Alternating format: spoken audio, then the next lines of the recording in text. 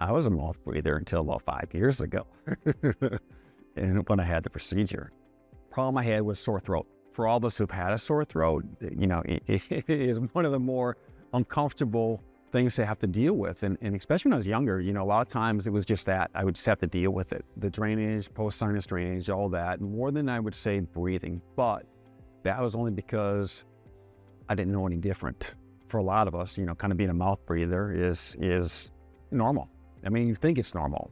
Then as an athlete, it matters. Later in life, I became an endurance athlete, and then it really mattered. Rest it is one of the most important aspects of everything else we do. So if we're not sleeping well, it'll not only affect our recovery, but it also eventually will catch up and affect your performance as an athlete. Before I came to Advent, I went through all the different scenarios of breathe right strips for my nose. I probably use sinus sprays way too often. And I think that in the long term can have a negative effect. When I first found out that there was something they could do, I was ecstatic.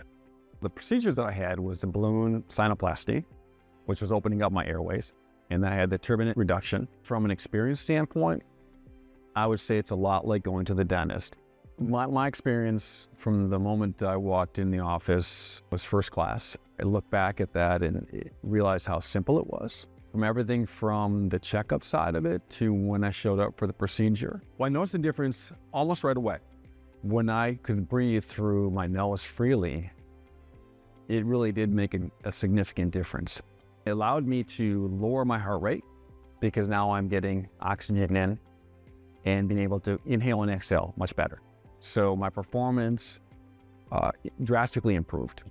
The one thing I noticed when I would lay down at night was the ability to breathe through my nose.